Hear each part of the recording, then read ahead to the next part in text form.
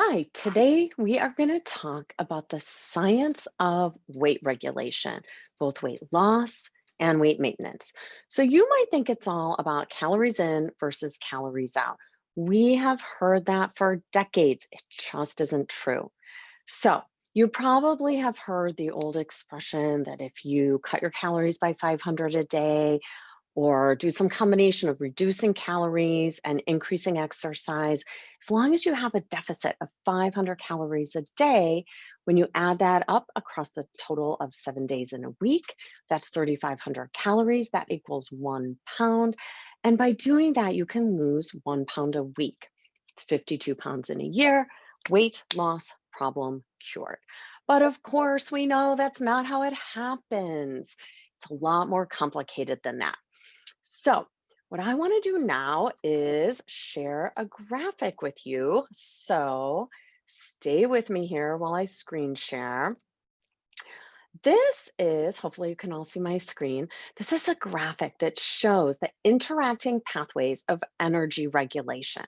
So, on the left side here, you'll see hedonic input. So, okay, this is food that we love. It might be cake, it might be ice cream, it might be chips, it might be bread or pasta, whatever it is for you. You have some thoughts about this pleasure food, and that impacts the brain. But look at what else is going on that is happening outside of your control. The brain here is the computer that kind of regulates everything related to our weight. And if you look on the right side of this drawing here, you'll see an enlarged image of the hypothalamus. This is really where the magic happens. So, we have all sorts of hormones and neurotransmitters swirling throughout our body and throughout our brain that are going to influence what we eat, how much we move, and what happens with our weight. So, on this left side here, let's look at where some of these hormones are released. First of all, let's look at ghrelin. Ghrelin is the hunger hormone, and this is released from the top of the stomach. And this sends a signal to your brain. Follow me over to the right side. This GHR, that's the ghrelin. Boom, it acts up here at the agouti related peptide and NPY neurons. These are brain cells that are influenced by this hunger hormone. You also have other hormones here released from the intestines, the liver, the pancreas, all throughout the gut. You have CCK, you have PYY, you have GLP-1, you have amylin, you have insulin. Fat or adipose tissue releases hormones as well. It's not just like a storage container for excess weight. It is one of our, well, it probably is the biggest endocrine organ in our body, adipose tissue. And it's releasing leptin. Leptin is the hormone that's going to tell you when you're full, when you've had enough to eat. Our sensation of leptin can get really dysregulated when we're struggling with weight. You can see here over on the right side, leptin is also influencing these agouti related neuropeptides, the POMC and CART neurons.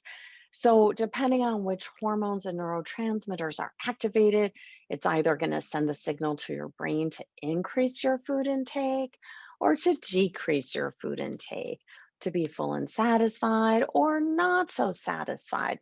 So, really, I just wanted you to see this picture to understand that it's really complicated, and weight loss is not just about calories in versus calories out.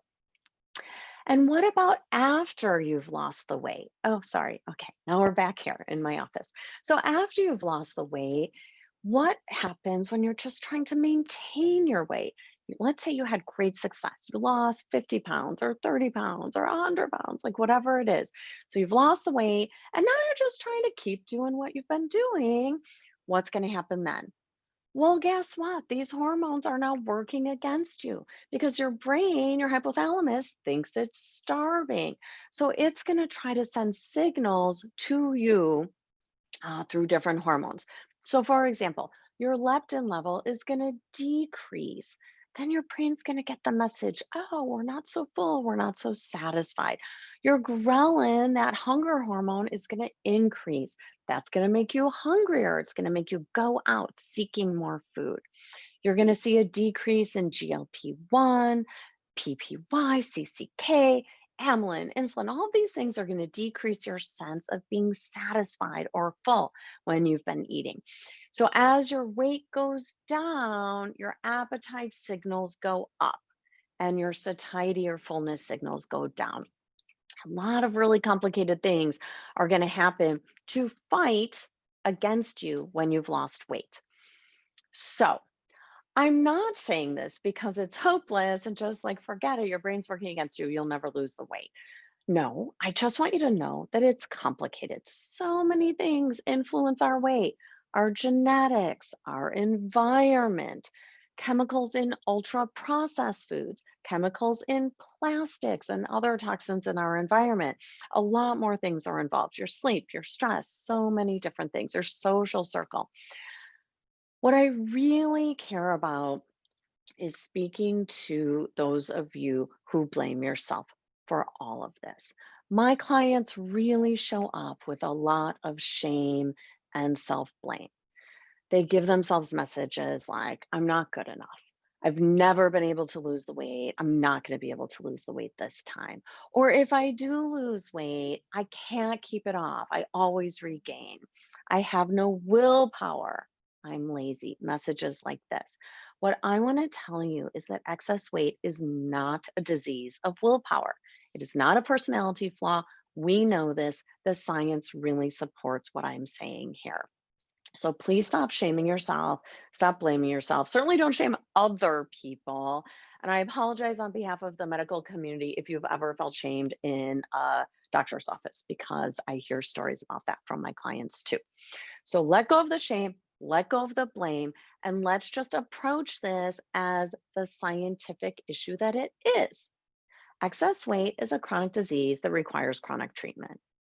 Now, that is not true for 100% of people who carry excess weight. But let's just say if you have carried a significant amount of excess weight, your BMI is 30 or higher, and you've carried that excess weight for more than 2 or 3 years, then you probably are in this situation where you have a chronic disease that requires chronic treatment. So, just like we don't blame somebody who has high cholesterol or diabetes, don't blame yourself. The other thing is the same paradigm that we use to treat high cholesterol or diabetes or other chronic diseases that require chronic treatment. We should apply those paradigms to excess weight. So that means just like we would treat diabetes with a combination of nutrition, movement, behavioral change, maybe medication, and then we monitor someone who has diabetes over time. And if their blood sugar starts going up, well, then we do another intervention, get it back down. We don't say, okay, you are eating less sugar, you're getting a little exercise, you're taking a pill, you are done, diabetes taken care of, bye. That's not what we do. It's chronic treatment for a chronic disease. We continue to work on it throughout the lifespan. And that's what you need to do also for the chronic disease of excess weight. So, my hope for you is that you are nice to you. I will be nice to you. I want your family to be nice to you. I want the world to have a better understanding of all of the things that go into excess weight. It is not a disease of willpower. It is complicated. Maintenance of weight loss, I think, is even harder than the initial weight loss because now your body's really fighting against you. What I'd like for you to do now is find your team. So that could be working with me one-on-one. That could be coming to my Oldson Medical Weight Loss Academy. I'd welcome you there to join one of my classes. But it could also be seeing your primary care doctor or working with a program where there are dietitians, a multidisciplinary team to help you with your weight loss. What I want you to do is understand it is not one and done. Don't sign up for a program and think, I'm going to do this for 3 months and then everything's done. This is something you're going to work on chronically. Be nice to yourself, build the right team to support you, Make it positive, make it fun if you can.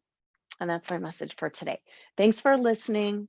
I wish you the best of luck with your weight loss journey, and I wish you the best of health.